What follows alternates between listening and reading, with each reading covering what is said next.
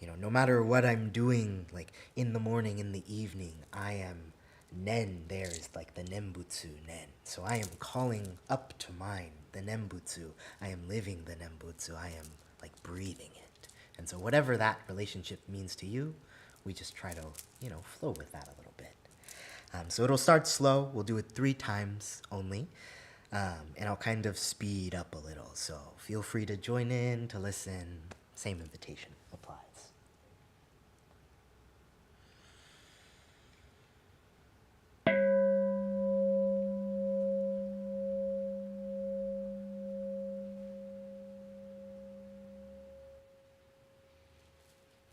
Enmei juku kanon gyo.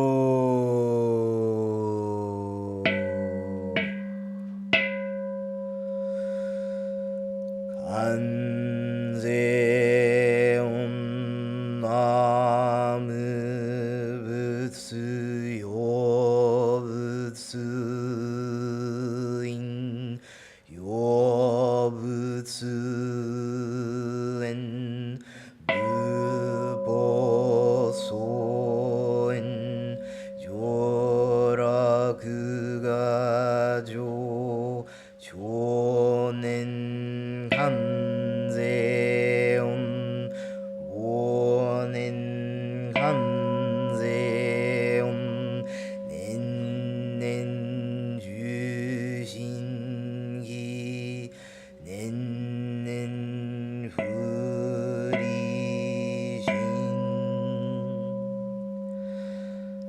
anzeon namu butsu yo butsu in yo butsu en bupo so en joraku ga jo chonen kanzeon bonen kanzeon nennen jushingi nennen furishin kanzeon namu butsu yo butsu in yo butsu en bupo so en joraku ga jo chonen kanzeon bonen kanzeon nennen jushingi nennen furishin.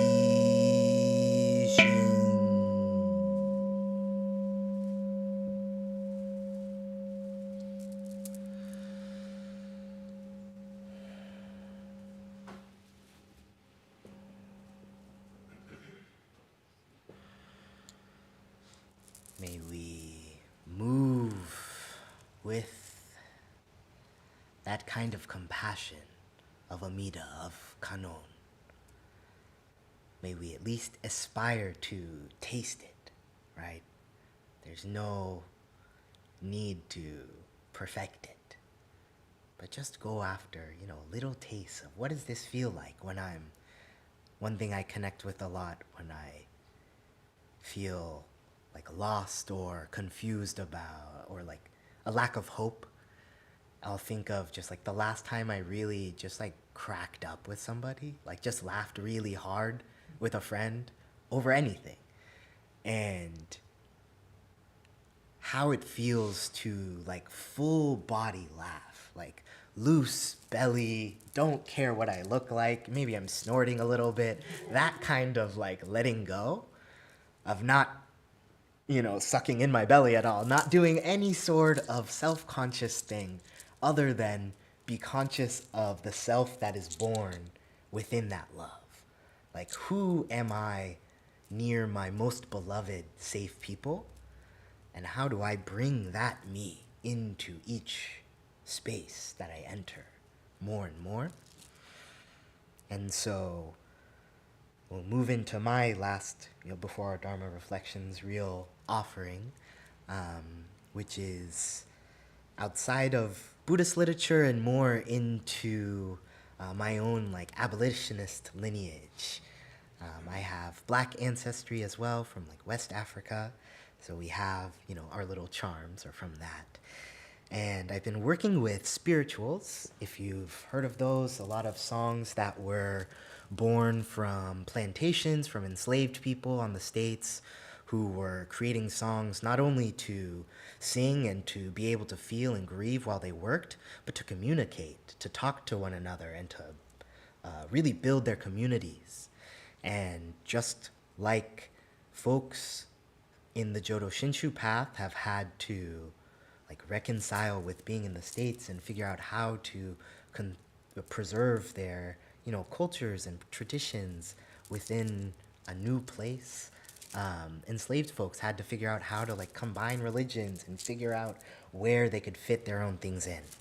And so there's a song called the Ancestor Song, which is a short repeating song that we'll sing together, or I'll just sing a few times.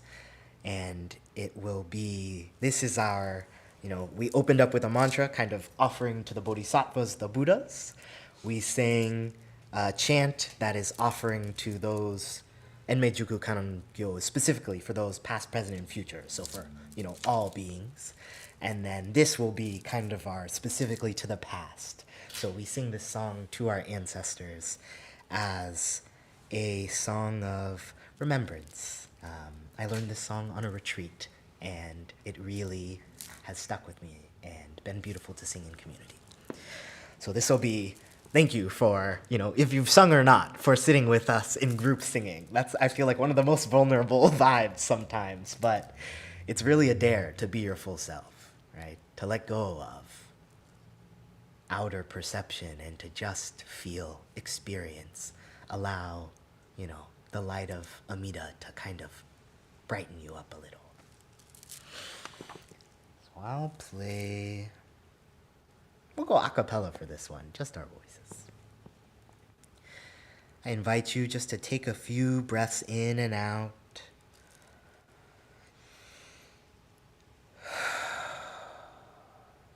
Just ground slightly before singing together. The words of this song are, I hear the voice of my ancestors calling me. They say, wake up, child, wake up, listen, listen. And so as we sing this same quality of a mantra, really inviting ourselves, can I deeply listen? What does that look like? For me, ancestral remembrance and the Buddhist path has looked like a lot of discovery in that silence and stillness. And so we open up to hearing our ancestors' voices come through us. How could the Buddha be singing right now with me? How could I hear that? Reflections of whatever I see as something the Buddha has and I don't, in my own voice. Because the sutras, the scriptures keep telling us, right? Once you look at this, if you look at the statue, you should see yourself. And so we dare to see ourselves, and we offer this song to those lost and those past. So they know we're listening still, trying to create a world they would be safe in.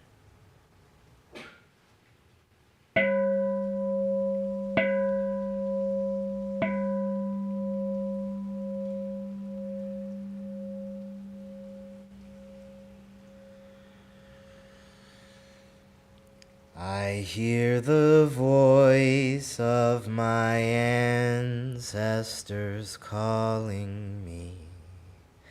I hear the voice of my ancestors. They say, wake up, child, wake up, listen, listen. Listen, listen. I hear the voice of my ancestors calling me. I hear the voice of my ancestors. They say, wake up, child, wake up, listen, listen, listen, listen. I hear the voice of my ancestors calling me. I hear the voice of my ancestors. They say, wake up, child, wake up, Listen, listen. Listen, listen, sing into the earth. I hear the voice of my ancestors calling me. I hear the voice of my ancestors. They say, wake up, child, wake up, listen, listen, listen, listen. I hear the voice of my ancestors calling me. I hear the voice of my ancestors. They say, wake up, child, wake up, listen, listen, listen, listen, and just listen. I hear the voice of my ancestors calling me. I hear the voice of my ancestors. They say, wake up, child, wake up, listen, listen.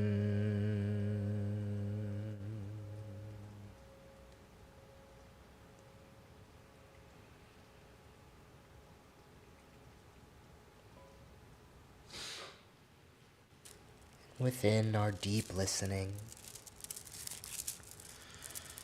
you might join me with your palms together in gasho, or whatever position feels like prayer or offering to you.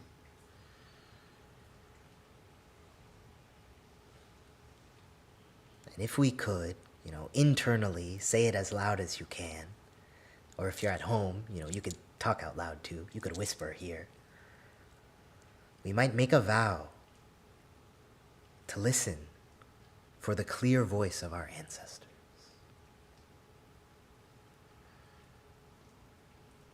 May we wake up at their feet. And may we become the ancestors that the generations after us so desperately need.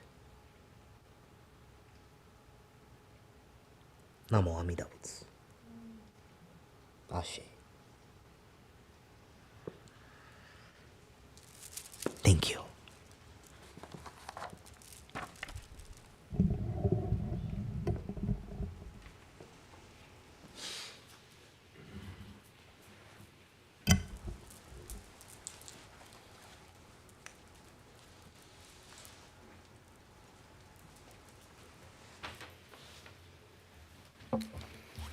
Thank you so much, Ren, for the beautiful liturgy, the personal sharing.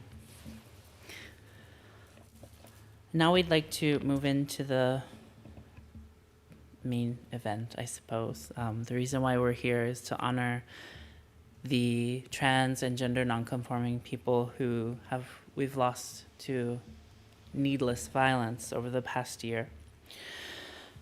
We have a little bit of a community grieving ritual prepared for you all to take part in here, and at home, feel free to do whatever you feel is right. We're going to show a slideshow that has the names of people who've passed away in the United States. And if you are here, there's a program that has the names of all the people throughout the world of transgender and gender nonconforming people who have died in the past year. We say names, we read names during our Shotsuki Hoyo memorial services at the Berkeley Buddhist Temple as a way to remember our ancestors. Today, during this service, we remember these people who we've lost. And just as important, the reason why we've lost them, and that is due to our judgmental thinking, our self-centered thinking, and our discriminative minds. So while we play the slideshow, we'll have some soft music. I'm going to light a charcoal so you can offer incense if you would like. And then we have a small community altar over by the piano. And there are pieces of paper. So if you'd like, you can write a message, a hope, a prayer, a wish on that. If you brought anything to remember someone you love and you'd like to leave it at the altar until the end of service, you're welcome to do that as well. And we also have candles, so you can light a tea light and leave it on the table. This is a sort of representation of an offering to our ancestors of gratitude. So, oh yeah, okay. There's also shells made by our wonderful Rin here today, and you can take one of those with you when you leave.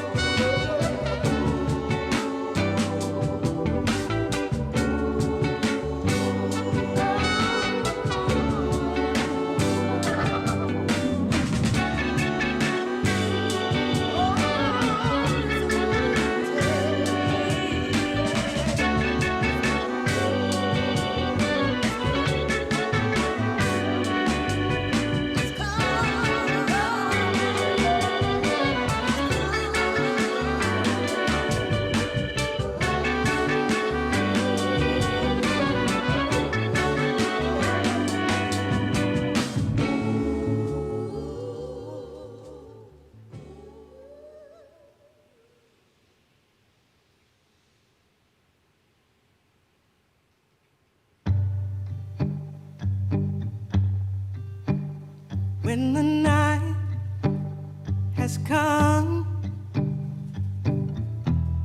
and the land is dark and the moon is the only light we see, no, I won't be afraid. No, I won't be afraid. Just as long as you stand by me.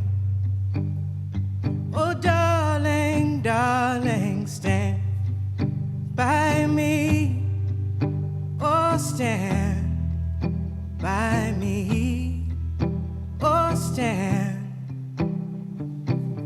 stand by me.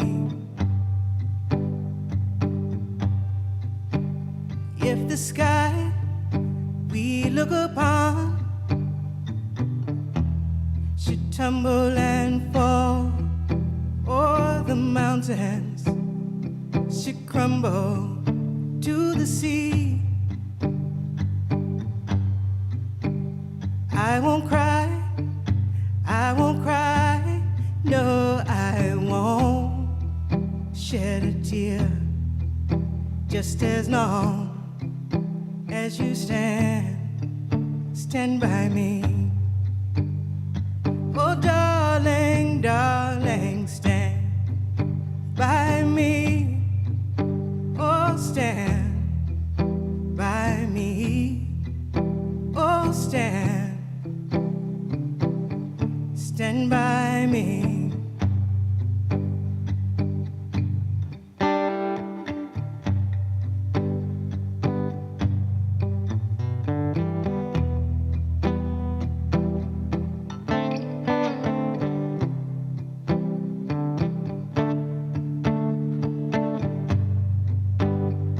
Oh, darling, darling, stand by me. Oh, stand by me. Oh, stand by me. Stand by me. Stand by me. Stand by me.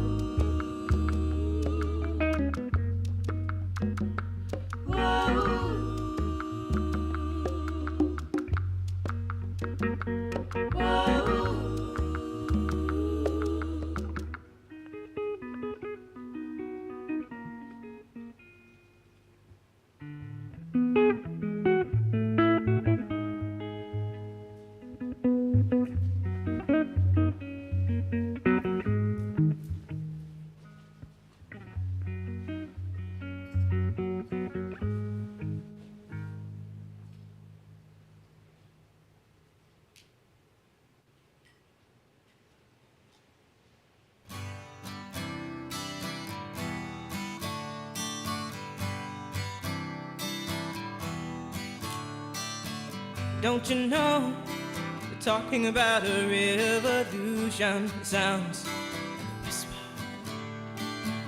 Don't you know, we're talking about a revolution. It sounds like a whisper. While they're standing in the welfare lines, crying at the doorsteps of those armies of salvation, wasting time in the unorganized.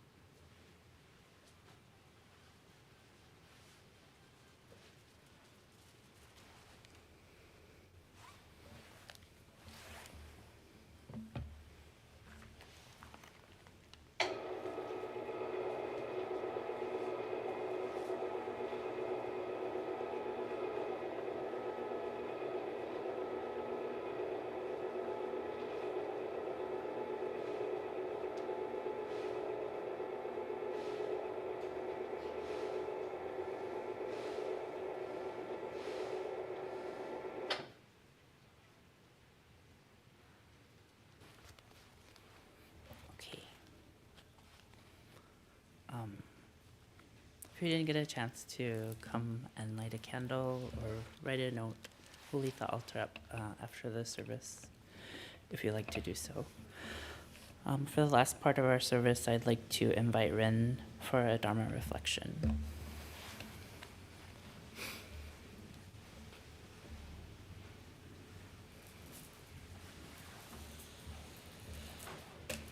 Thank you, everyone, for grieving, witnessing together.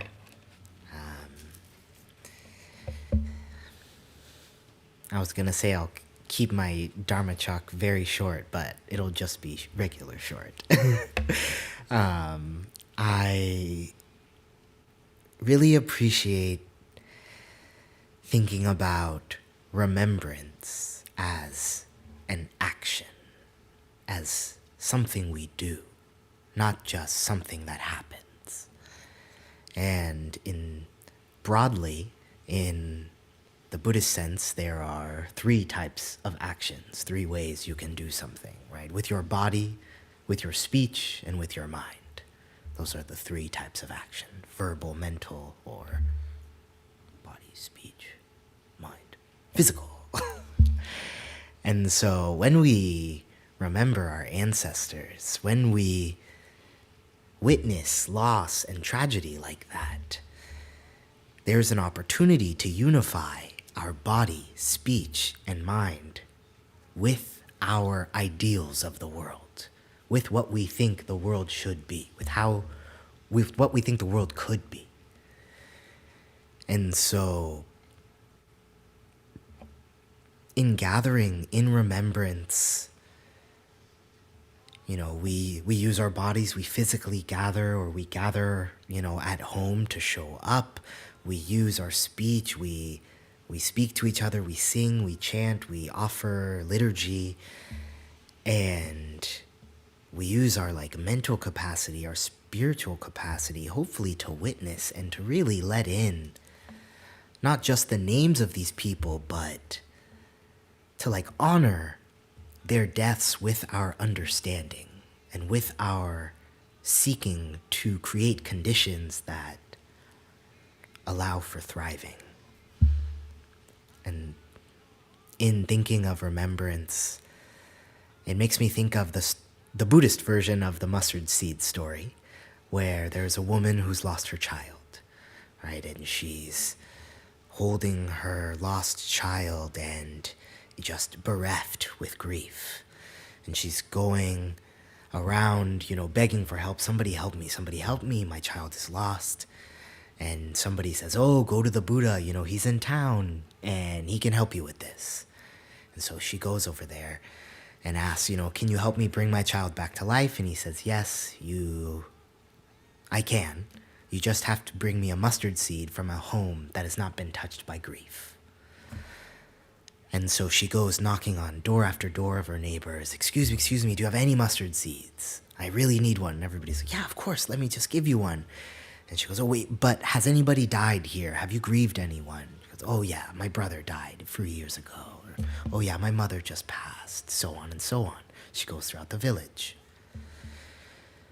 And so she finally comes back to the Buddha, whose disciples, were all confused. They're like, why did you lie to that woman? You can't bring that child back to life. Like you've told, you've never done that before. It doesn't seem like that's going to happen. And he says, just wait. And eventually she comes back and just presents him her child and says, thank you. I know now. And the story kind of ends there. But some of the deeper context to that is she was able to actually just accept that death is going to happen. It's one of those things that is a condition of birth, right? Comes birth, comes death. They both come together. And so instead of trying to bring her son back to life, they do a really beautiful burial service and they honor his death. And that story can seem just sad in a lot of ways, but I think it's also really beautiful to think of not fighting the fact that we lose lives, but recognizing and accepting our intimate, difficult griefs and facing them head on so that our, unresolved trauma does not then become harm for others. So that if I am somebody who feels insecure about my gender or sexuality and I see somebody living fully as themselves, that doesn't feel like a threat to me, right? It just feels like expressions. I think it can be really subtle, the ways we protect ourselves and how they start to build distance in between us sometimes when not carefully examined. There's either Lord or Charlie XCX has a lyric that's, it's all self-defense until you're building a weapon. And I really, really appreciate that sentiment, that we need to distinguish what's protecting ourselves and what is searching for safety that's maybe never going to come. What is honoring life and what is clinging to it as if it's immortality. And so these are just the kind of ideas I think of when I think of remembrance and when I think of putting my whole body, speech, and mind into an act, into viewing these names. And how hard that is to see suicide so often under these young names. And to discover what honoring them looks like, I think, is different to all of us. It's personal, but comes from that space of being able to slow down, to let remembrance become action, let it fill your whole body up, become intimate with your grief, your pain, your greatest hopes and dreams even. To be intimate with what you are dreaming so that you can keep expanding your possibility. So the last quote I'll share is one from Dogen that is, enlightenment is intimacy with all things, which I think is a really beautiful view of enlightenment.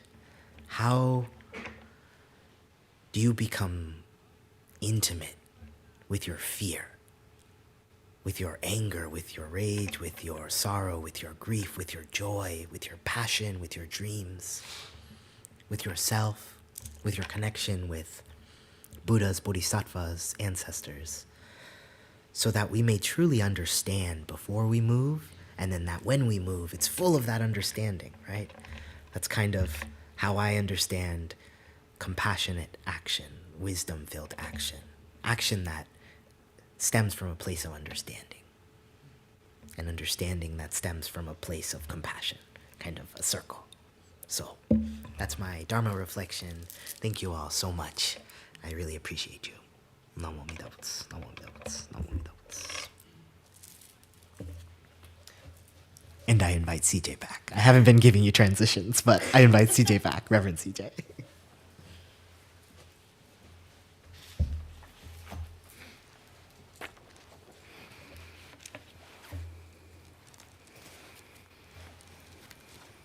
I have just a very brief reflection.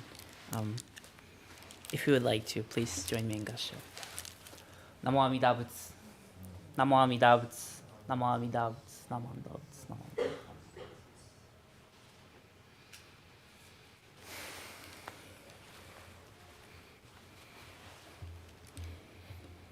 Butsu. As I was writing what I wanted to say today, I was talking to Rin, and I had so many responses to other people and feelings coming up, and I just decided to write about my feelings.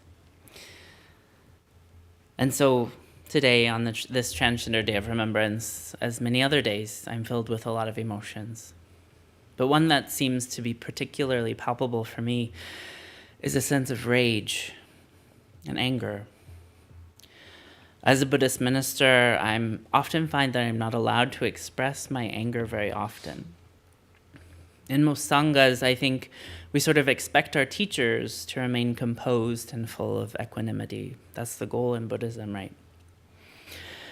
It's not a wild expectation to make, and one that I often force myself into.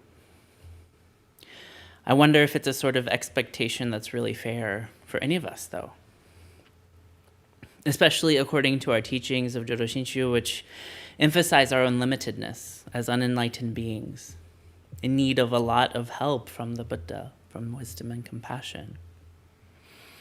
A Dharma school message that we often share at temple is the classic 3 poisons of Buddhism are gas, greed, anger, and stupidity. Naturally, a poison isn't something that we want to keep around. It's something we want to avoid or try to remove from ourselves, our community, from others. But I think that we have to be more careful in simply labeling anger or rage as a poison to avoid. Anger is an important part of how we navigate the world and can be an important part of how we assess our own safety in community, with one another.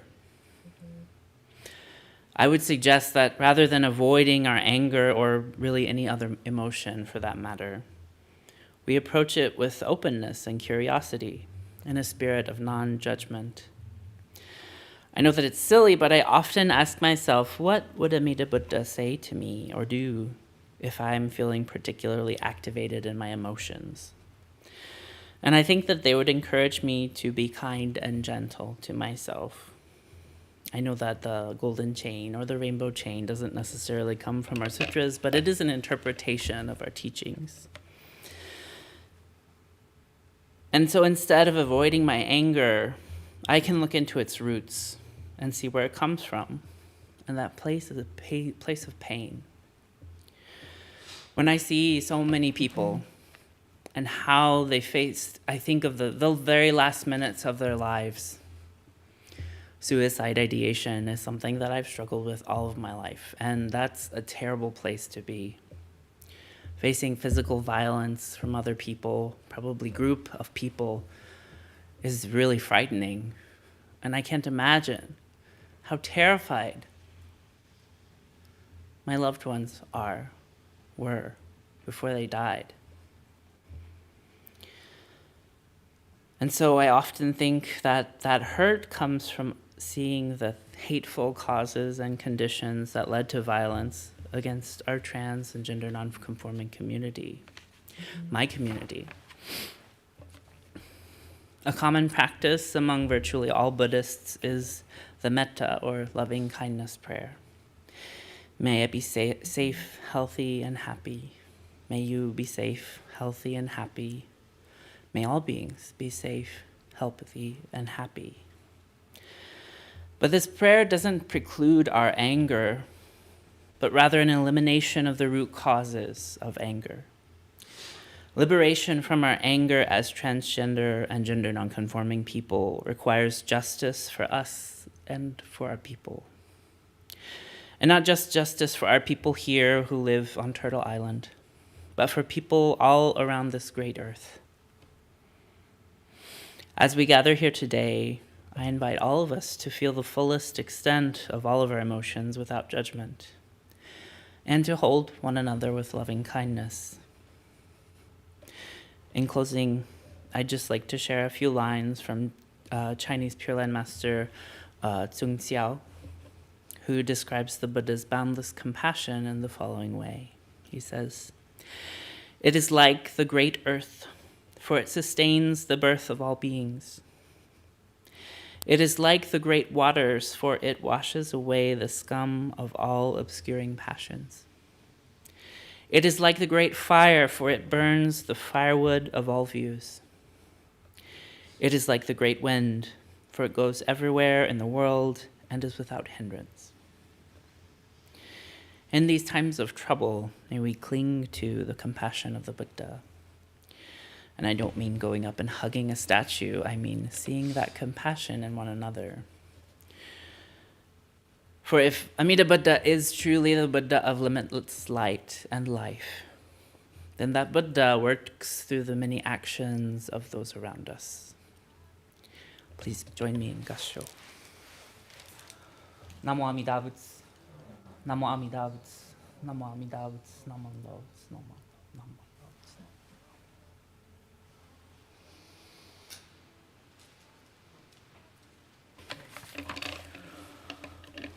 So that will conclude our 7th annual Transgender Day of Remembrance Memorial Service. I'd like to thank Ren for being here, for flying from Chicago, spending time with me, and that's just been a wonderful thing so far. And thank you for all the offerings that you shared with us today for the service. And thank you to our live streaming team. Thank you to everyone who's helped out. I thank you for attending online, and thank you to everyone who's here in person as we honor our loved ones on this really difficult but important service.